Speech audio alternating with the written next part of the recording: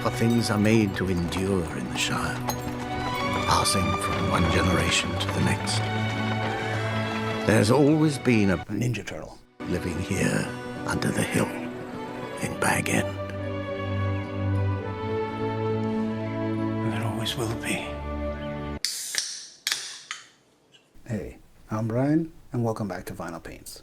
Today, we're going to be doing a CEL conversion of Raphael from the 2024 reboot of TMNT by artist Joelle Jones. Ninja Turtles is one of those fascinating franchises that always just seems to evolve and find new ways of reinventing itself. It started as a gritty graphic novel and became a bubbly kids cartoon that got a semi-serious feature film made, and now we have a coming-of-age teen film that just came out.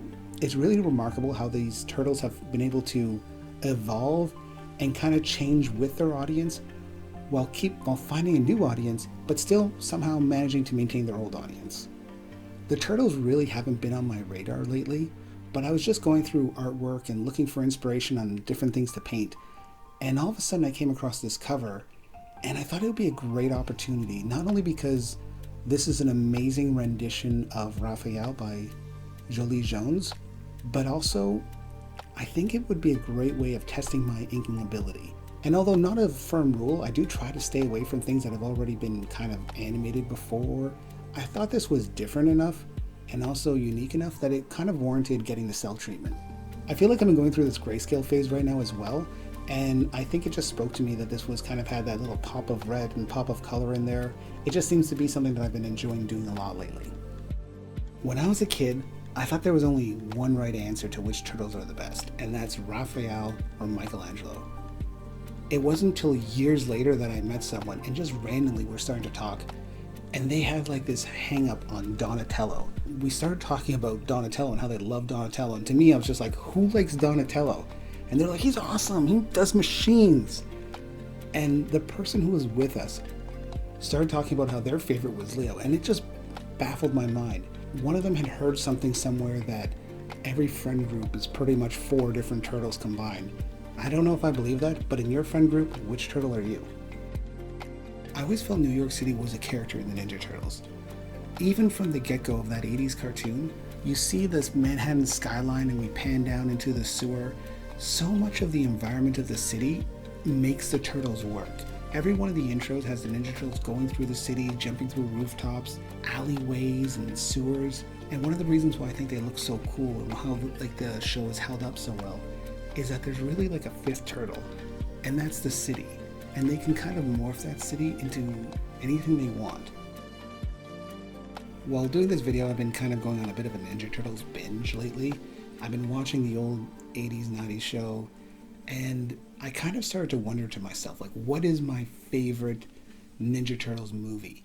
And I still think that the original Ninja Turtles movie is probably my favorite. But I know that's kind of like, this is an animation channel, so I should probably have like an animated film. So I guess it would be the 2007 TMNT.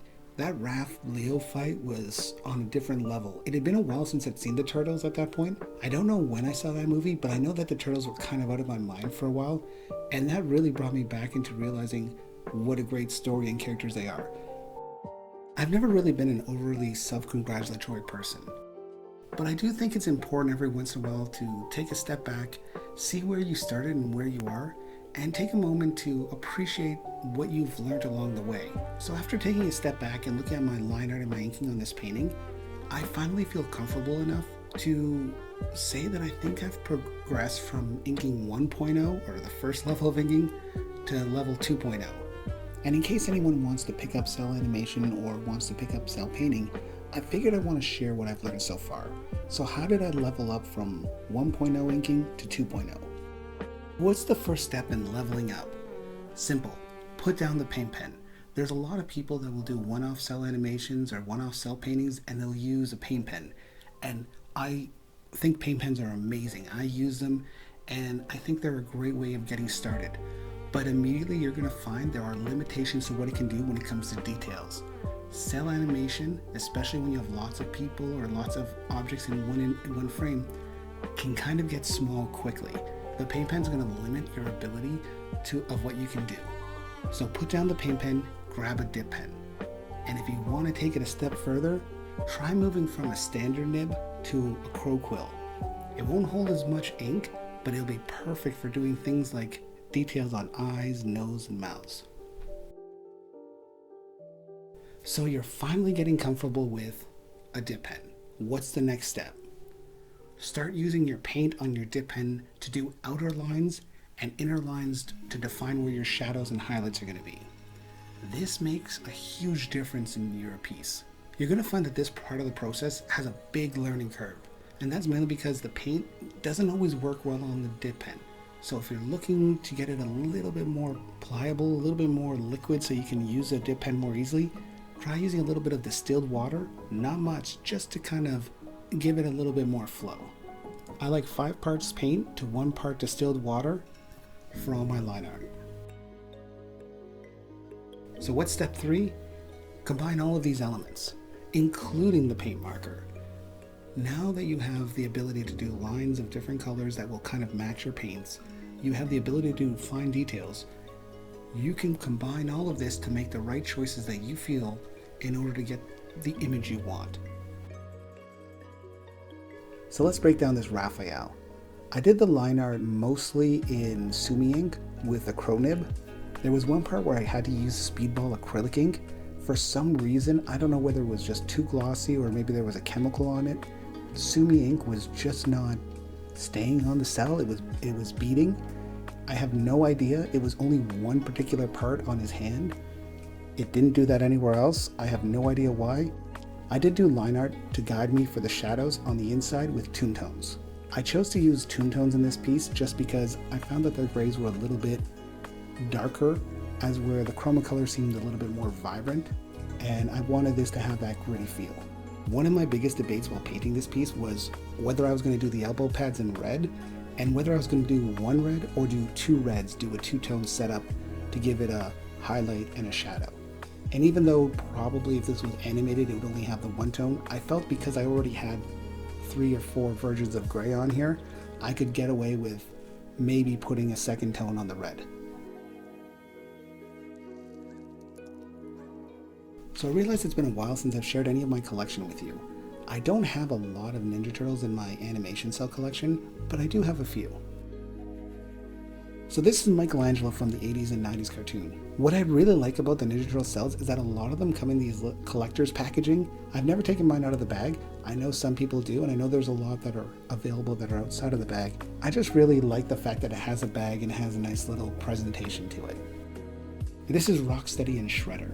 Because I've already talked about this, I just kind of want to go over some of the key traits of Ninja Turtle cells. It's very common to find them in that collector's packaging. Most of the cells are painted with a 2-tone setup, a shadow, and a highlight. The line art is typically printed on, but the additional colors like the gray you see on Rocksteady's arm is done afterwards by an artist. And this is one of my favorite cells in my collection. I don't have a large Ninja Turtles collection, but Usagi Yojimbo was one of my favorite characters. I just like rabbits. And when I was a kid, I always thought those were little chocolate chip cookies on his outfit. And so he just kind of became my favorite. Although he's not one of the turtles, to me he will always be synonymous with the Teenage Mutant Ninja Turtles. I had the luxury of meeting the artist who created him, and he drew a little picture inside as well as autographed above his head. Yes, that means I did have to open up this bag in order to get him to sign it, but I feel like this was one of those rare opportunities where it was a no-brainer for me. I really liked how this one turned out. I kind of wish we got a more dark cell animated version of the Ninja Turtles, but this is my take on it. I know that this Ninja Turtles will never exist in animated form, at least in cell animated form, but I'm happy that I did this one piece and kind of gave a more gritty approach to the Turtles in cell form. And just for fun, as a bonus, I kind of thought it'd be kind of cool to throw this with the Wolverine from the last video. Thanks for watching. I'm Brian, and this is Vinyl Paints.